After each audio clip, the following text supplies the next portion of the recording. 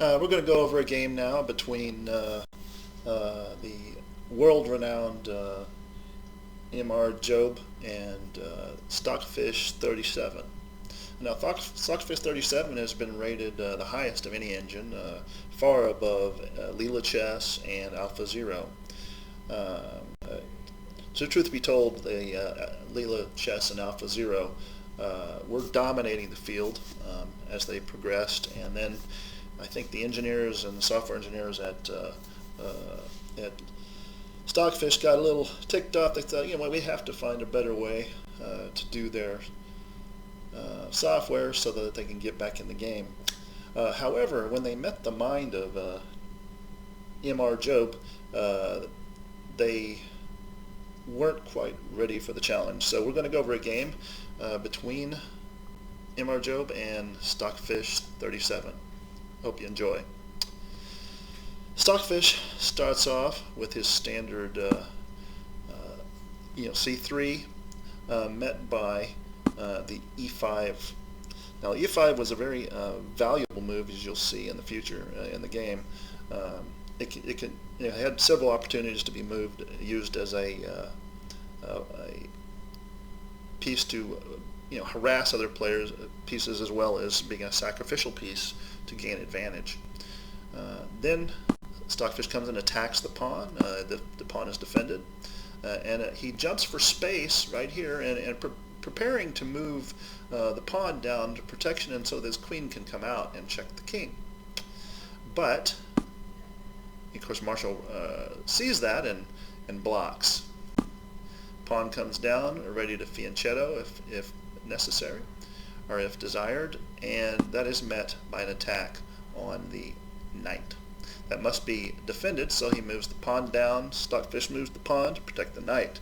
Now, as you'll see, if if Marshall attacks the knight here, of course the pawn's just going to come down, and now the knight's got a choice. Is he going to move back up here, move down, get this out of the way? And he really wants to centralize it around his king, so nothing extremely bad happens. Now, one of the things he could do at this particular point right now is move down and do a double attack. Of course, he'll just move the pawn down or move the bishop down to protect, but that's not what happens. Marshall moves up and now pins the knight against the queen. The rook is a very strange move, but Stockfish is preparing some kind of attack in the future, probably dealing with pushing this pawn up, protecting the pawn as it comes up the board. Now, as you'll see here, Marshall moves up the pawn for an attack on the other pawn, which would give him an attack on the knight, kind of a free range attack. Of course, the bishop could come down and protect, but he doesn't do that. He comes back up to actually attack the bishop. That is met by, as you'll see here, we have a little bit of a situation. If he moves this out of the way, then Marshall will lose the pawn. In order to counteract that, of course, Marshall takes the knight and attacks the rook. That's a very good attack, as you'll see. But it's met by, of course, he took that knowing that the queen was going to come down and take the bishop, and now there's a double attack on the pawn. He goes ahead and takes this pawn so that he keeps the materials even without having to deal with a bunch of pressure, and it's taken by the queen. Marshall moves his queen up in front of his king to protect.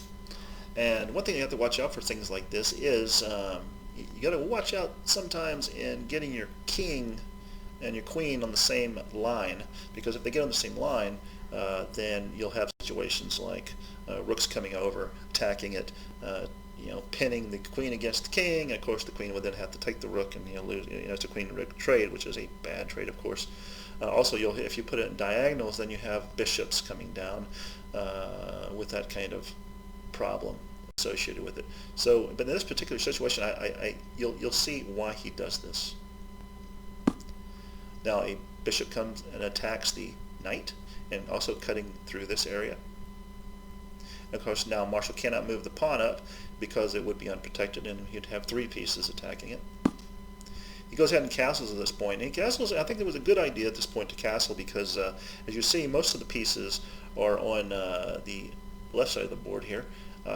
It's always good to move your piece, your king, on the other side of the board, and for several reasons here. And you'll see also that this king cannot castle on the right hand side as he is preparing for this attack, so now he's forced to castle on the left side of the board.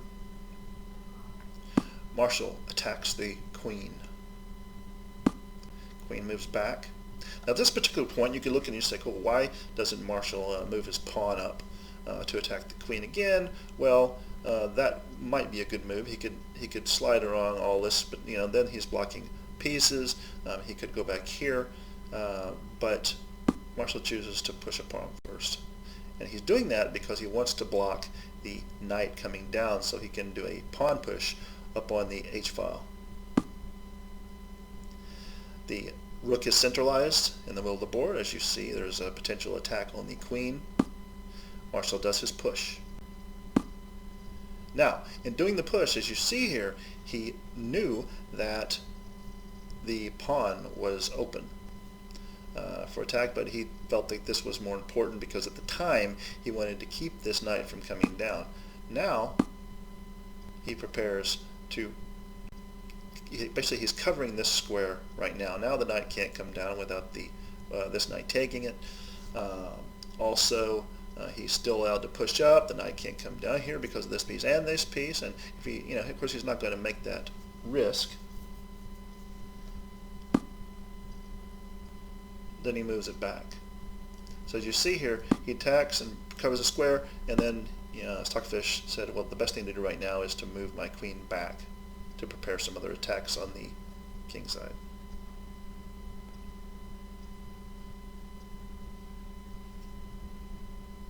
Check.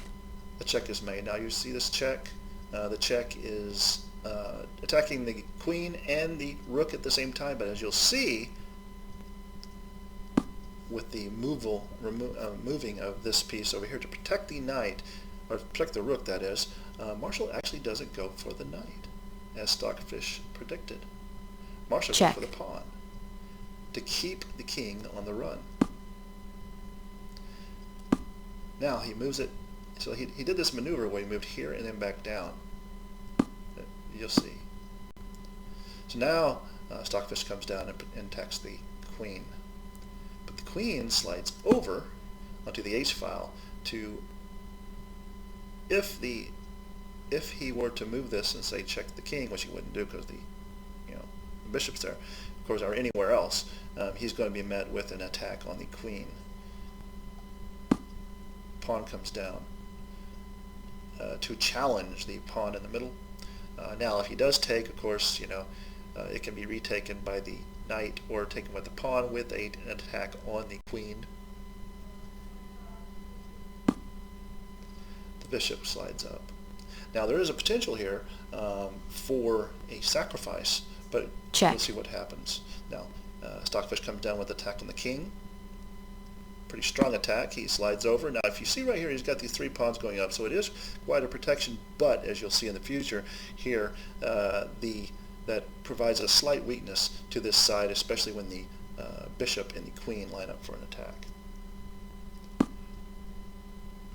Here he prepares for it, because now he can slide up to here and go through with his attack. Marshal then attacks the pawn on the h-file. That is met with this attack. He's preparing to attack the pawn on this side. That is met. Now, if you see this, if you see what happens, why did he move the knight? Because that leaves this knight wide open. You'll see. Check. There we go. Now it's attack on the king. He has to take it, and he takes it with the knight, and now we have a free file, wide open. Attack on the queen. Queen slides over, saying, "Hey, take me. I'll just take you right back." He didn't actually say that, but you know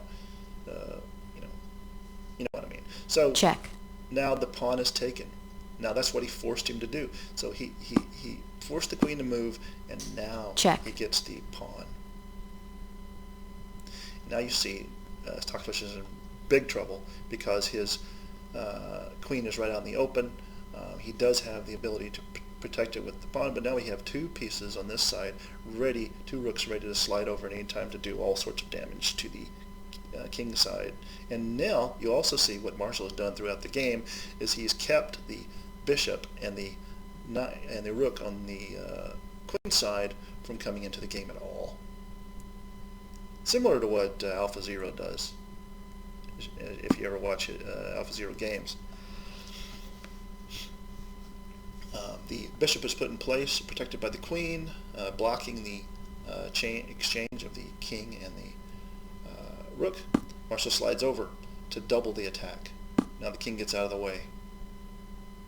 Now one thing he could have done here is he could have sacrificed his pawn, but then he couldn't move the bishop to attack it. He would have to take it with the king, and then there's all sorts of attacks at this point. He's in a dire straits right now, as you see. Not the band, the situation.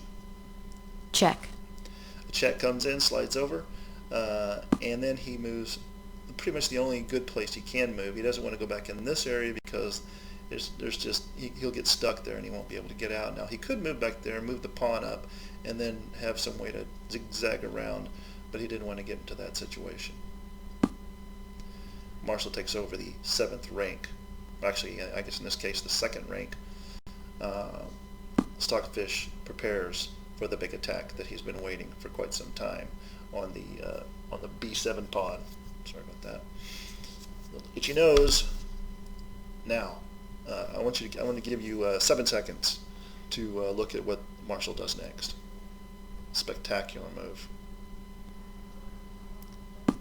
Marshall moves the pawn up to attack the bishop. The bishop moves, then Marshall gets a free checkmate. He moves up to attack that, which is pretty much all he could. If he does take the bishop now, then the Stockfish will take his queen, and that's exactly what he does. He sacrifices his queen. He gets rid of the dangerous bishop that was in coordination with the queen. Now he has 3 pieces right out in the open, to deal with this whole situation. He takes the rook back. He takes the bishop. Now we got 3 pieces. You're thinking, what is going to happen here? There's 3 pieces to 2, with the potential of a pawn coming up and queening. Now, of course, at this particular point, Marshall is guarding the 8th rank to keep the queen coming down and pretty much checkmating him immediately. So, this rook, of course, has to stay on this file. He moves it back, the bishop back, and then Marshall aligns his rooks. Now, this is a relatively dangerous bishop because it's on the same color as both rooks. So if he were, for example, somehow to finagle his way to this particular spot, he would be attacking them both at the same time. Now he's coming in for an easy checkmate. Marshall has to make room for it. He goes ahead and attacks there rather than a full attack on the queen. Marshall attacks the queen right now. He comes down. He slides over. Now the reason he did this was he didn't want the queen coming down, of course, for an attack on this right here, because it would lead to a very quick checkmate. As you would see, if he were to somehow move this up and attack the pawn, then it would be boom, boom, over. Now, what happens is now he moves the bishop down to protect these 2 pawns. So they're pretty much tight with each other, but he goes in and takes the pawn. Now Stockfish takes the pawn on this side, preparing for a nice check. But look what Marshall does. Marshall moves up the pawn. He takes the chance of getting out of Denmark there. Check. Marshall slides over for the attack. He recognizes that if he does go there, he has to keep the pawn, and Marshall has finagled his way into this, where if Stockfish does move out of the way to G3, then Marshall will check him with a queen, and it'll be over with very, very soon. so he's forced to move back to G1. And as you see, it's over. Checkmate. Checkmate. So a fine game from MRJobe to defeat Stockfish 37 at its highest level of 153. I hope you enjoyed the game. Be sure to subscribe, and donation are welcome as well. And I'll be seeing you soon, very, very soon. Thank you and good night.